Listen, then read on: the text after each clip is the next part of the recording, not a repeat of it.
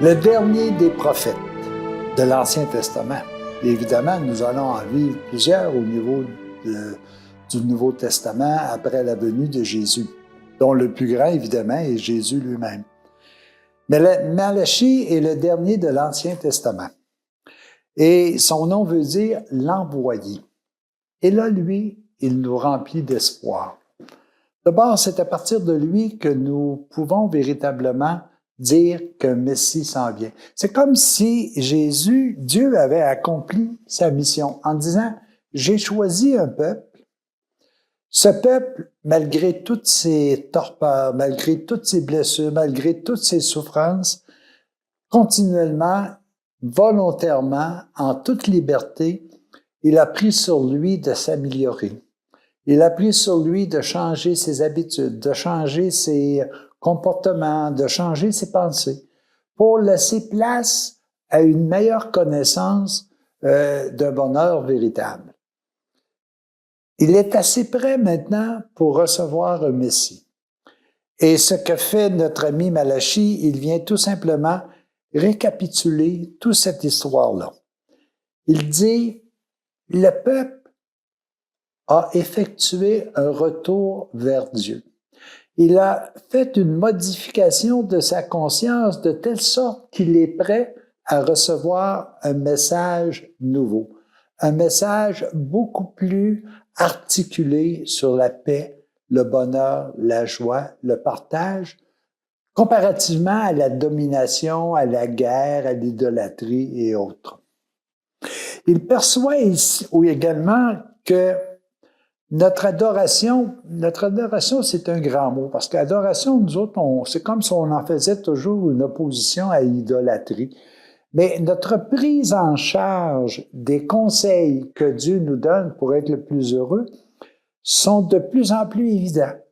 On s'aperçoit effectivement que toutes les notions, si vous voulez, on commence à se libérer du goût de vouloir le bien d'autrui, de vivre en idolâtrie par rapport aux conseils que Dieu nous a donnés. On essaie davantage d'être repentant de les fautes que l'on a. Alors, on est placé dans une situation où on est prêt à se dire, on aimerait vivre quelque chose de meilleur et on aspire, si vous voulez, à la venue d'un Sauveur qui va nous enseigner davantage. On demande ce Sauveur-là. Ça, c'est excessivement important.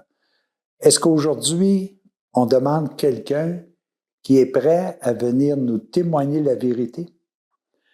Cette vérité-là, elle est ici. Est-ce que moi, je prends conscience qu'elle est ici? Est-ce que je suis prêt à l'approfondir? Est-ce que je suis prêt à le regarder?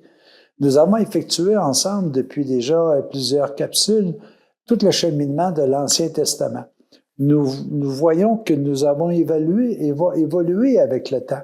Ce que nous vivions de guerre, ça ne veut pas dire qu'il n'y a plus de guerre aujourd'hui, mais nous savons très bien que ce n'est pas la route que nous devons suivre pour être véritablement heureux, que nous devons nous préoccuper davantage de ceux et celles qui nous entourent. Dans le fond, nous voulons établir au quotidien le jour du Seigneur. Nous avons le goût le matin en nous levant de remercier Dieu pour le sommeil qu'il nous a donné au cours de la nuit, de nous remercier pour la nature qui est près de nous, que ce soit de la pluie qui est importante, que ce soit le soleil qui nous réchauffe. Nous sommes un peu plus sensibilisés que nous étions avant. Nous sommes conscients aussi, grâce à bien les prophètes qui nous ont parlé antérieurement, que nous devons nous purifier davantage. Purifier veut dire quoi? Ce n'est pas juste une question d'impureté. Purifier, ça veut dire de rendre beaucoup plus logiques nos pensées. Nos pensées doivent être davantage basées sur l'amour, sur la paix, sur la joie. Et parce que nous faisons ça, toute l'aide de l'extérieur arrive et c'est ce que Malachie nous annonce. Vous êtes rendu que vous désirez tellement vous améliorer que l'être éternel va vous envoyer quelqu'un pour vous guider. Et ce guide-là, c'est Jésus. Malachie dit tout simplement, écoutez Dieu, il dit, je vous aime. Parce que je vous ai aimé de toute éternité, mais je vous aime tellement que je vais prendre un corps pour venir vous enseigner davantage. Oui, je vais vous envoyer un messager. Ce messager-là, recevez-le, comprenez son enseignement, mettez-le en pratique et vous vivrez pleinement heureux. Alors, ça termine le livre, si vous voulez, des prophètes, des petits prophètes. Évidemment, nous avons vécu les grands prophètes, nous avons vécu l'histoire du peuple de Dieu, le choix, l'omniprésence à chaque moment de notre vie, malgré toutes les faiblesses que nous avons, toutes les guerres que nous créons, l'omniprésence de Dieu pour nous encourager à être heureux. La seule affaire qu'un père veut pour ses enfants, c'est que l'on soit heureux et pleinement heureux.